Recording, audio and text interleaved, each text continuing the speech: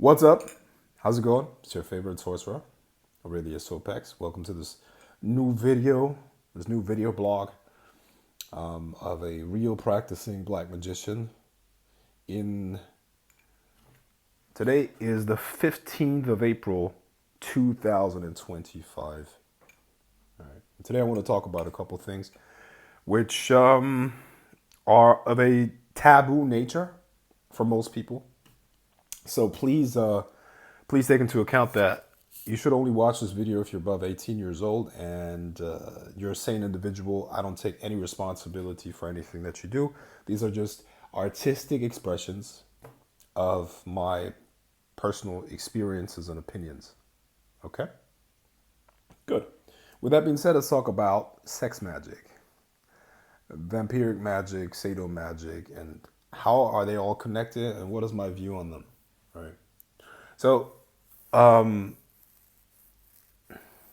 first thing I believe that we need to look at is the structure of the human being. And when I say human being, I'm talking about the spiritual creature, not just the physical, right? So I think the physical is kind of clear, right? We have a physical body, and when I talk about the self, I also talk about their individual mind. Okay, so the person's ideas, principles, thoughts, learnings, physical and material circumstances, and so on and so forth. Right. So that's the individual. Now, this this individual, is tied in and exists in a much more complex system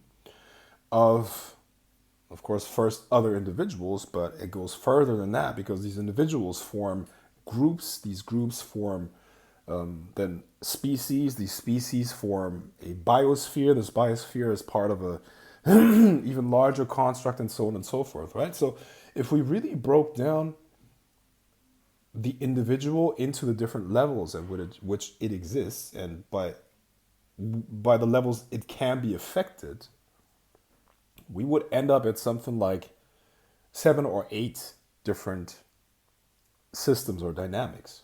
So we got the first one, like I said, the physical, the person with their physical body and their individuality, which includes everything that's in their mind and so on and so forth, right?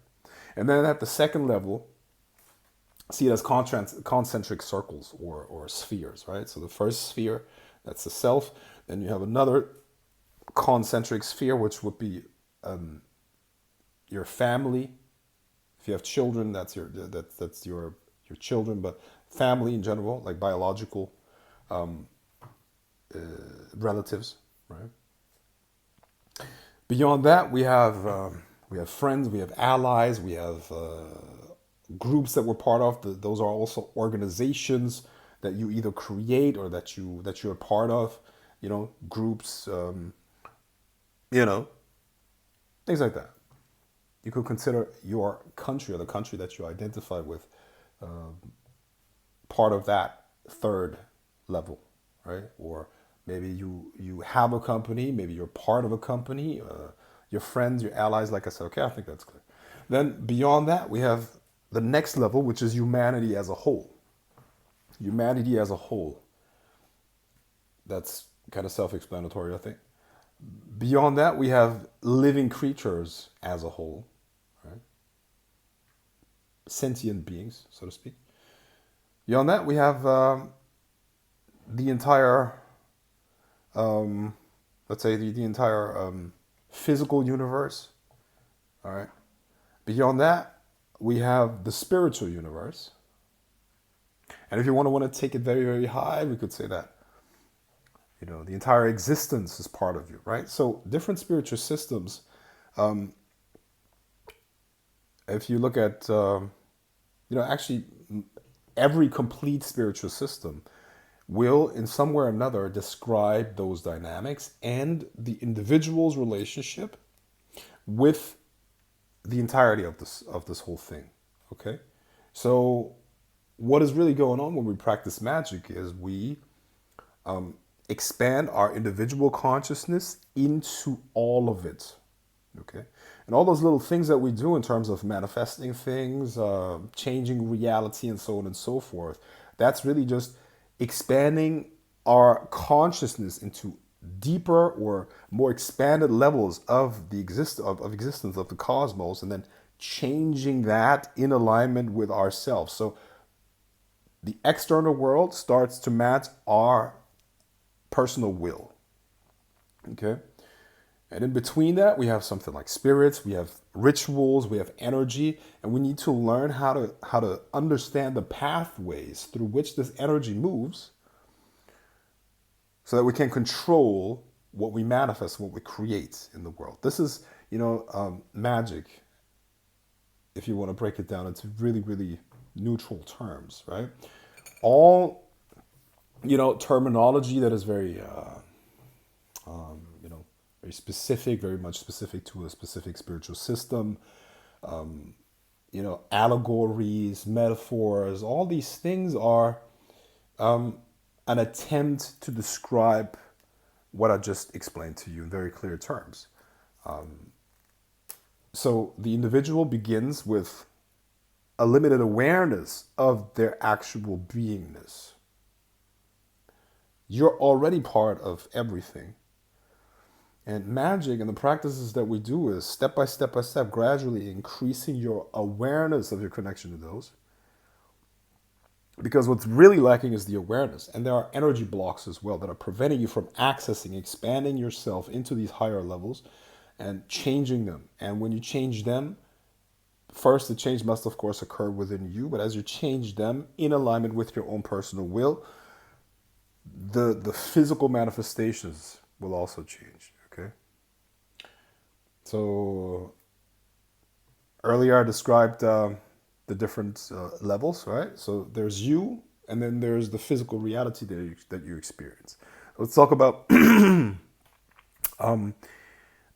the terms that I just used. Excuse me. Let's try to explain what an evocation does. All right. So you have a specific goal that you want. Let's say you have this, whatever. What could you want to have? Whatever. Let's say you have a problem that you want to have resolved. I don't know, like a legal problem. You have a legal problem that you want to have resolved. So here's you. There's another world, or it seems that it's beyond you, but it's like externalized, right? And this is where the problem is. The fucking government's after you or something like that, right? So what you do is, as a magician, you, having done the work, having gone through the occult training, now expand your consciousness into a level that is beyond you and beyond that problem. Boom. And now you start to get in touch with consciousness that exists, but not in a physical state, but is beyond that. Okay? In another dimension, so to speak, right?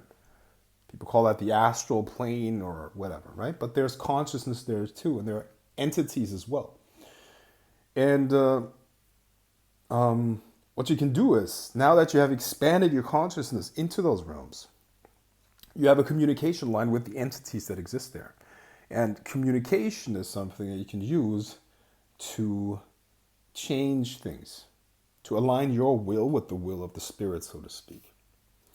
Now, if you're really advanced, because in the beginning it would look like the way I just described it. And if you're very advanced, what you're going to do is you expand yourself into the cosmos as a whole. And at that point, you have complete authority over the spirit because you are its creator, and the creator exists within you. You have a connection with that, you see. So that's why you can command a demon. Now, but this is something that you reach at very, very advanced stages. In the beginning, you're going to encounter that being. You expand yourself beyond yourself. Now you encounter the being. You have a communication line with it, and that being can change what's between you and it. So you're at this level, less expanded. You expand your consciousness to the level of the spirit, and you have a communication line with it and ask it to change this problem that's in between the two of you so that it matches your individual desire. The demon will then go about and cause changes first energetically, but those energetic changes must be reflected in the physical manifestation, right? And before you know it, the problem will actually resolve.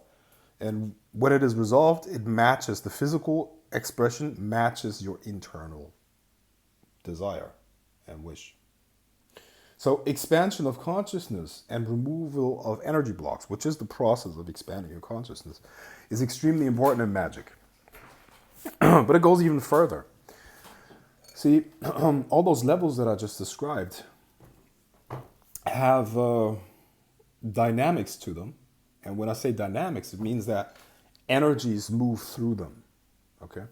And there's a correct way of that energy moving, and there's an incorrect way. What is the correct way? Each of us has a specific energetic setup. That's what I call our purpose. When we live in harmony with our purpose, we actually live in harmony with the whole. Look at nature. When you look at nature and its setup, I think you agree that nothing is there by chance, so to speak. Or let's put it differently. I think that if you look at a natural site, which is not touched by humans, I think you would agree that everything there has its purpose. Maybe you can't see the purpose right away, and maybe some of those things are even annoying to you in the at first glance, but they're there for a reason, right? So, what purpose do worms have? They absolutely have a purpose. Okay, they biodegrade things. They're food for birds and so on and so forth. They have a purpose there. To you, they might look useless or annoying, but they're there for a reason. Every leaf on a tree has a specific purpose, you see. Nothing's there just to not do anything. Everything has a specific role to play in this bigger system. Everything's interconnected. And the universe as a whole is a system in which you exist, not by chance, but in order to play a specific role. This is your purpose. And this purpose is a force. Any force. And when you look at physics, I'm sure you've heard of, or in physics, there's something that exists that's called vectors, which is energy with a direction. Okay? So, what is right living? Right living is harmonizing all your energy vectors on all of those levels with your purpose. This is what Crowley tried to express in terms of thelema. Okay, if you want to really understand thelema, this is what he was talking about. Now, do I believe that he went wrong and didn't really know how to express it? I believe so, but this is not the topic here. But other traditions call it your dharma. Right? I mean, when we look at the Bhagavad Gita, for example, when we look at the Bhagavad Gita, one of the lessons that we learn from that is that it's all just a big game, and our role is to just live out our karma in harmony with this bigger game, which is essentially just the dream or projection of the consciousness of Brahma, okay, which is how we could term this, this greater whole. But that's not what I want to talk about here. The point is, though, when you live in harmony with your purpose, you, on all of those levels, have managed to set your life up in a way where you can express that. Where you can express that purpose. Now, one of the indicators that something is in harmony with its purpose is energies flowing smoothly, and it is very survival. It is healthy. It is vibrant. It vibrates high. Okay. Now, look at traditional Chinese medicine, for example. Or let's look at acupuncture in particular. Acupuncture, the theory behind it is essentially that we have meridians, which are basically little channels through which life force flows. And if they're blocked or if they're not harmonized, that creates eventually first emotional problems, then energetic problems, energetic problems, emotional problems, eventually physical problems. Right now, at a deeper level, what is happening here is that these energy vectors within the person are no longer harmonized with their purpose. Okay. So that can express itself in many different ways. Like I said, it can express itself at all different levels of your being, not just physical or emotional or psychological. See, energy flows are very, very complex. And at the end of the day, all of existence is really just communication and energy flow between different points of consciousness, so to speak. That's really how we could describe it. At a very, very simple level, it works like this. Imagine two people in a romantic relationship, a man and a woman. So,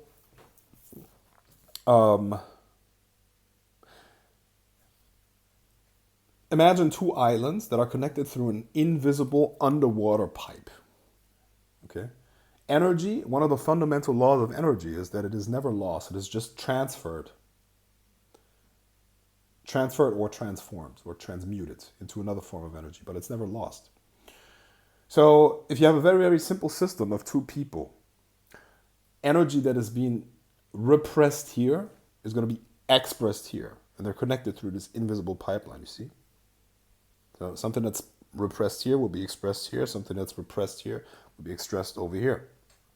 So imagine a couple and a long weekend is approaching.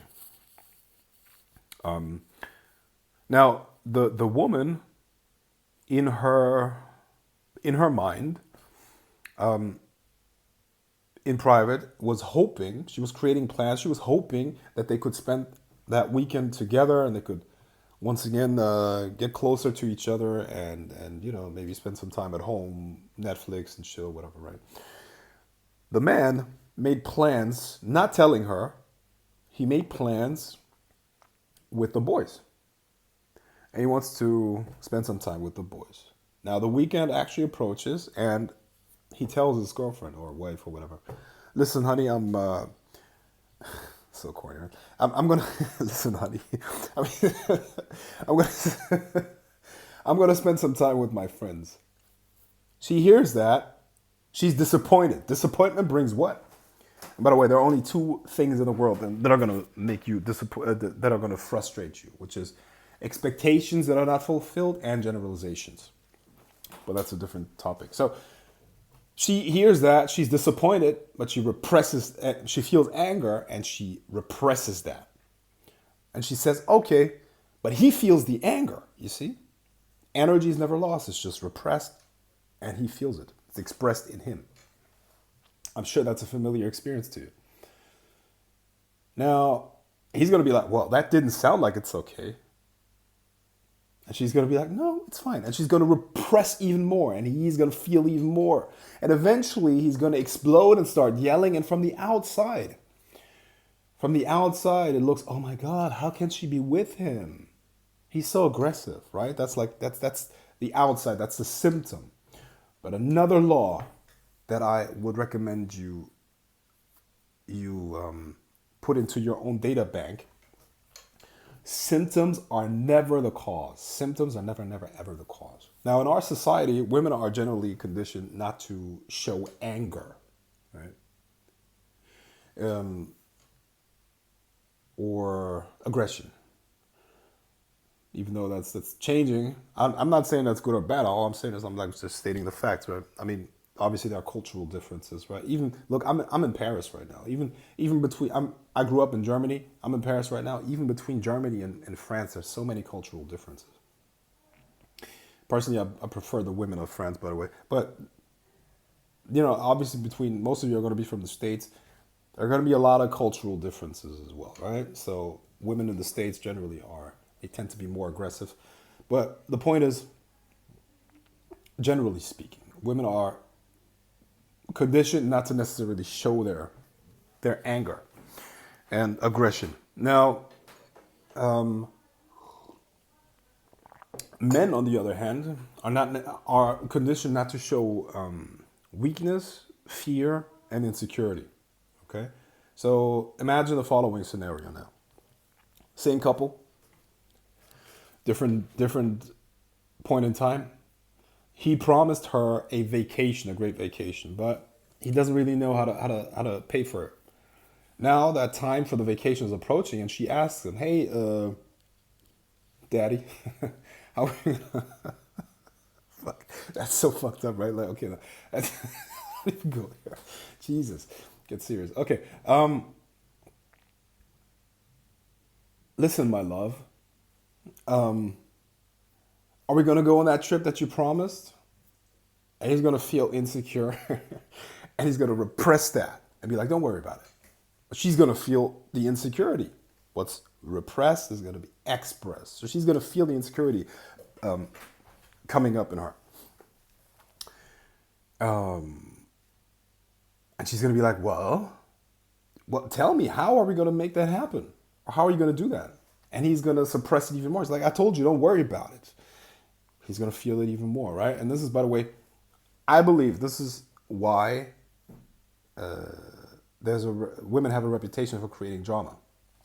They express the insecurity of the people they're with, or not with, or whatever, right? But the point is, this is one very simple system. It can't get more complicated. Let's look at a family. Let me give you an example. A couple that just look perfect. They look pristine. They never show any character flaws. It's just every fucking hair is where it's supposed to be. But the little girl that they have is a bedwetter or has behavioral problems. Now, what's going on there? All of their repressed emotions are being expressed by the child. Right? Or, I mean, let's keep it there. I don't want to go into more examples here. I think you get the idea. So we live in a society that is extremely complex. You deal with a lot of people, and every communication line that you have, voluntarily or involuntarily. Remember, you don't have to talk to a person in order to have an energetic communication line with them. It could be just some person that passes you by on the fucking street, and you have an energetic connection with them. And their repressed emotion could be expressed in you. Now, this is fucking complex and complicated and a shit show, as you can imagine. It's true. Now, obviously, I wouldn't present this problem if I didn't have the solution. Obviously, I have solutions on how to deal with that, right? And it would actually save a lot of people, a lot of emotional pain, man. A lot of emotional pain. And if you want me to, talk more about techniques to release that and all that, I can definitely do that in another video. Type it in the comments, right? But this is not the point of this video.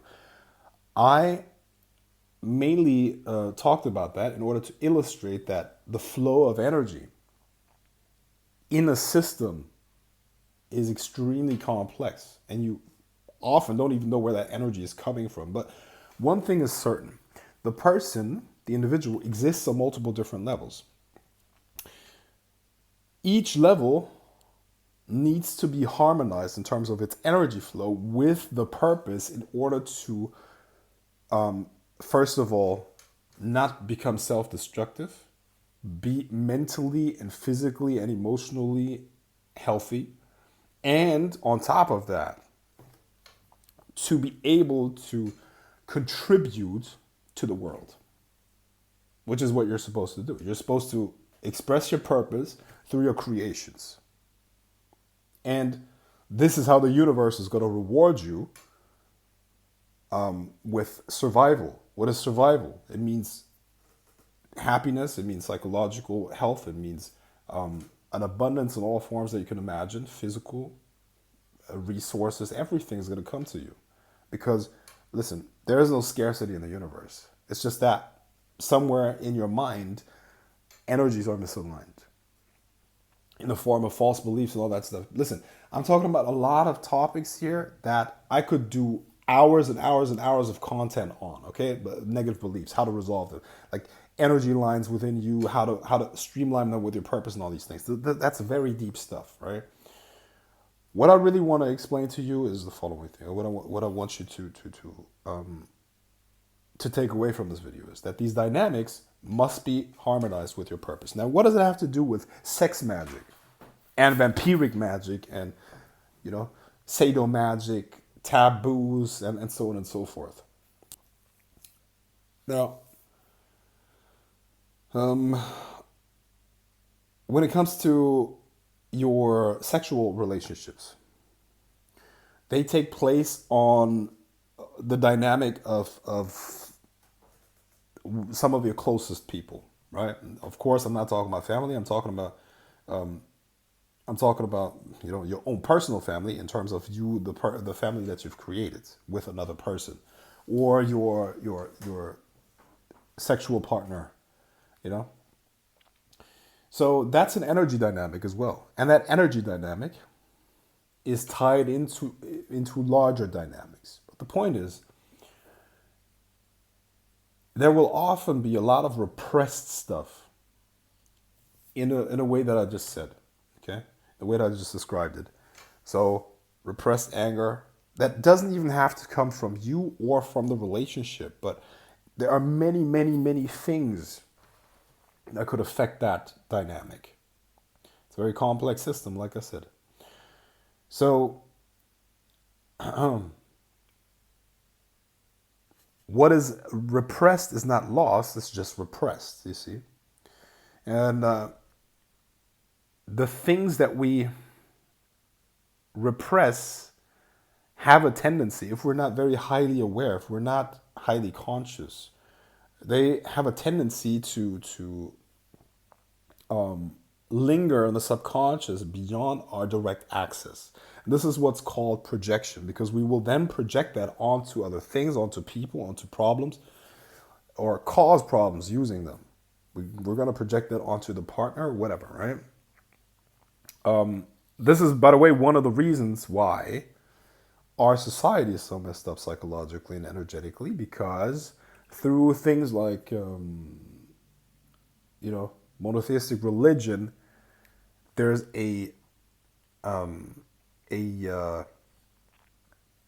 complete externalization and projection and suppression of destructive impulses or energies, and that then creates super powerful egregores that just wreak havoc, and people don't. So if you externalize something to the point where you don't have access to it anymore, you can't clear it out. You can't deal with it. You can't solve the problem. You see what I mean? So religious people, religious people usually have a big problem in a sense where they can't allow themselves to feel certain things, and oftentimes that's not even their own emotion or their own energy. It's just coming to them through this complex system of energy lines, and now they suppress it even further. But it's not lost; it's still connected to them, but it's repressed. We could say that. I don't know, like the egregores, like the devil or whatever. Those are really, really powerful egregores fueled by all of people's repressed impulses, so to speak. Okay. So, back to the topic. Are you still with me? Are you following? So, what I'm saying is, imagine your girlfriend. I don't know if you have a girlfriend or not, but the point is, let's imagine you're in a relationship. You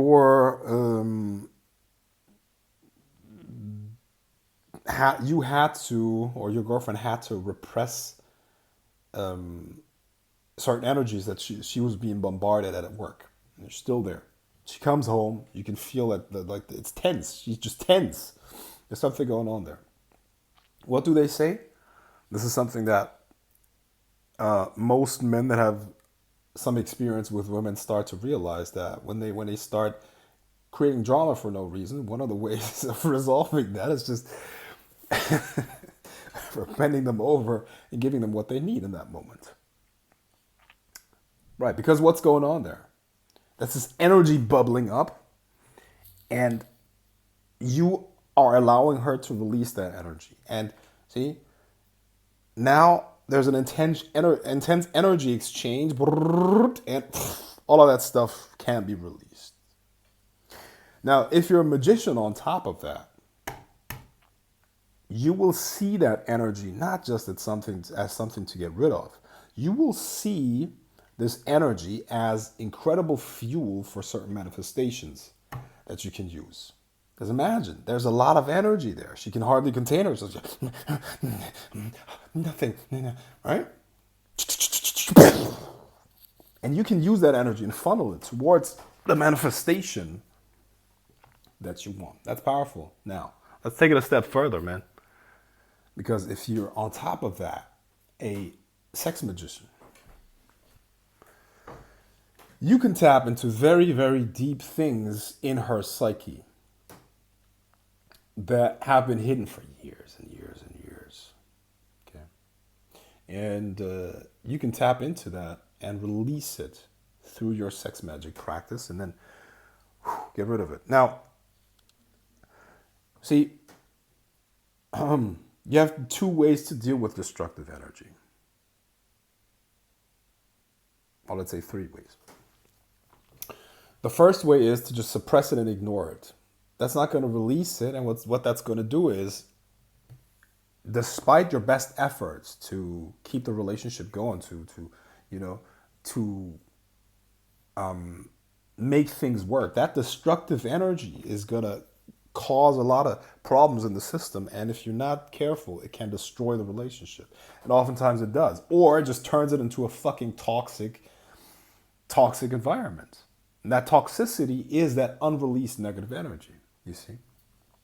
So you got that choice, either destruction of the relationship or it turns toxic. Okay. The second option is what?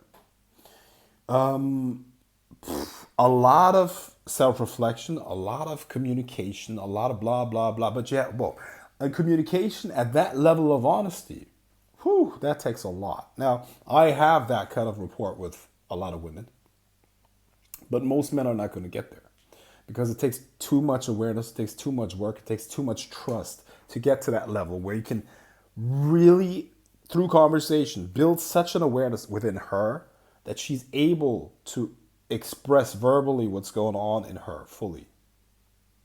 And that includes, see, these are a lot of repressed memories. Some of them are painful, some of them are really difficult to confront. And they're still there, they're lingering. And it's very, very hard to get there, like just through conversation. The third part is through, let's say sexual role play, through certain scenarios. Sex magic, in its essence. Sex magic allows for certain scenarios in which you take on certain roles, and through certain scenarios you can trigger energy that is unreleased, pent up energy around even traumas, energy around suppressed things, memories, and so on and so forth. And as you do that, you help her release that. So you're kind of like you're her therapist in a way. You're her sexual therapist, and that energy then. See, the point of a sex magic ritual is the stimulation, or rather, the setup and the stimulation are chosen for maximum energy release. So the way you would structure that sex magic ritual would be, of course, in alignment with her personal psyche, the things that are lingering in the subconscious, and the ritual would then be some form of a role play in which it's taken extremely far, in a sense of you take it to a very, very high level, and you allow her to climax when she's extremely aroused. Now, this is, of course, tapping into that stored energy. And then in that moment, you can direct it towards whatever it is that you want to manifest. Okay? Now, does that take skill?